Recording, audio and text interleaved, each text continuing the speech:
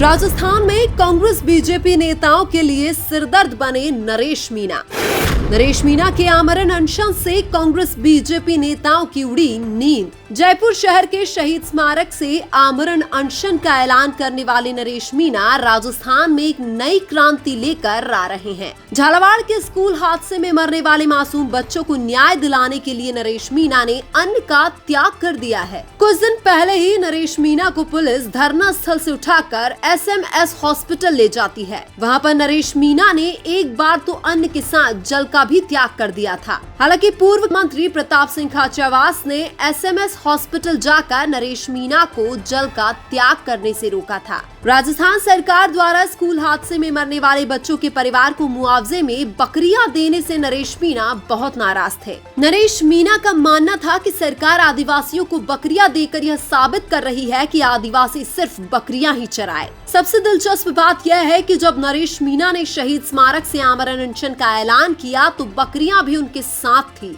ऐसा बहुत कम देखने को मिलता है कि किसी नेता के अनशन में बकरियां न्याय दिलाने के लिए अनशन या भूख हड़ताल का हिस्सा बने। जयपुर के शहीद स्मारक पर नरेश मीणा के साथ महिलाओं सहित हजारों की संख्या में लोग भी मौजूद थे। लेकिन जयपुर के शहीद स्मारक पर नरेश मीणा के लड़ने का तरीका भी इस बार सबसे अलग था। नरेश मीणा ने शहीद स्मारक पर भूख हड़ताल करते हुए CM हाउस को घेरने का भी ऐलान किया था। हालांकि जब नरेश मीणा के समर्थक महिलाओं के साथ CM हाउस को घेरने निकले तो पुलिस ने रास्ते में ही रोक लिया था। हालांकि इस बार नरेश मीणा यह चाह रहे हैं कि वह गांधीवादी तरीके से लड़ाई लड़ते हुए 7 बच्चों को न्याय दिलाएंगे और इसलिए नरेश मीणा CM हाउस को घेरने के लिए जो काफिला था उनका हिस्सा नहीं बने थे, क्योंकि नरेश मीणा को इस बात की भी भनक थी कि पुलिस उन्हें बिना किसी कारण भी वहां से गिरफ्तार कर सकती है। इसलिए नरेश मीणा पुलिस और सरकार से पहले ही 2 कदम आगे का प्लान बना रहे हैं। शहीद स्मारक पर गांधीवादी तरीके से अनशन करने के बाद भी प्रशासन नरेश मीणा को धरना स्थल से हटाने की चेतावनी दे रहे थे,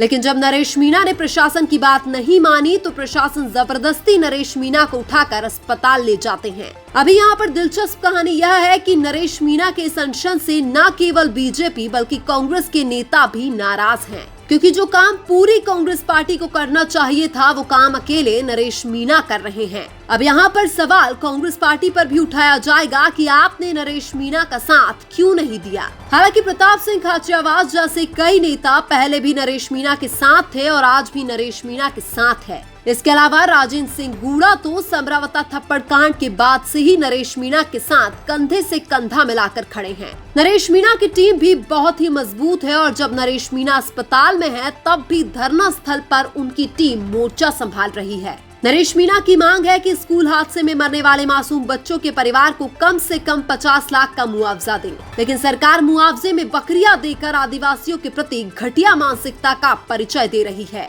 नरेश मीणा का यह भी मानना है कि सरकार हाड़ौती क्षेत्र में विकास के कोई भी काम नहीं करवा रही है। नरेश मीणा का यह भी कहना है कि केवल झालावाड़ में ही नहीं बल्कि पूरे हाड़ौती में जर्जर स्कूलें बहुत बुरी हालत में हैं। नरेश मीणा ने यह भी आरोप लगाया है कि हाड़ौती क्षेत्र में कुछ गिने चुने नेता जनता को बेवकूफ बनाकर राजनीति कर रहे हैं। नरेश मीणा ने समरावता थप्पड़ कांड के मामले में 8 महीने जेल में रखने के पीछे ओम बिरला को जिम्मेदार बताया है। इसके अलावा झालावाड़ स्कूल हादसे के मामले में 1 महीने जेल में रखने के पीछे नरेश मीणा ने वसुंधरा को जिम्मेदार बताया है। हालांकि नरेश मीणा के आमरण अनशन को राष्ट्रीय लोकतांत्रिक पार्टी के सुप्रीमो हनुमान बेनीवाल का भी समर्थन मिल गया है। हनुमान बेनीवाल के समर्थन से नरेश मीणा के अनशन को न केवल मजबूती मिलेगी बल्कि सफल होने के चांस भी बढ़ेंगे, क्योंकि हनुमान बेनीवाल भी राजस्थान के एक लड़ाकू राजनेता है जो गरीबों के लिए संघर्ष करते हुए नजर आते हैं। केवल हनुमान बेनीवाल का ही नहीं बल्कि शेखावटी के जाट समाज का भी नरेश मीणा के इस आंदोलन को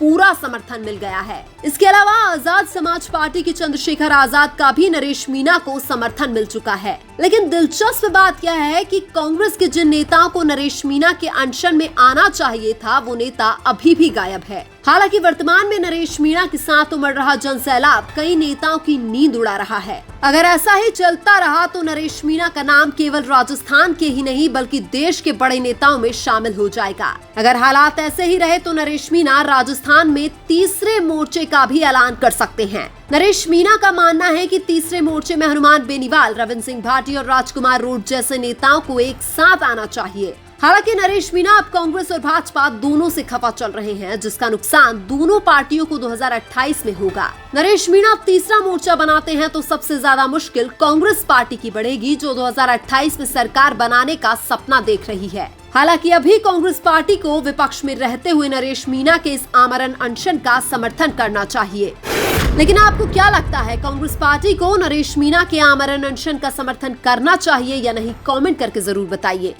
वीडियो अच्छा लगा तो लाइक कीजिए और हमारे चैनल मीना की आवाज को सब्सक्राइब कीजिए। धन्यवाद।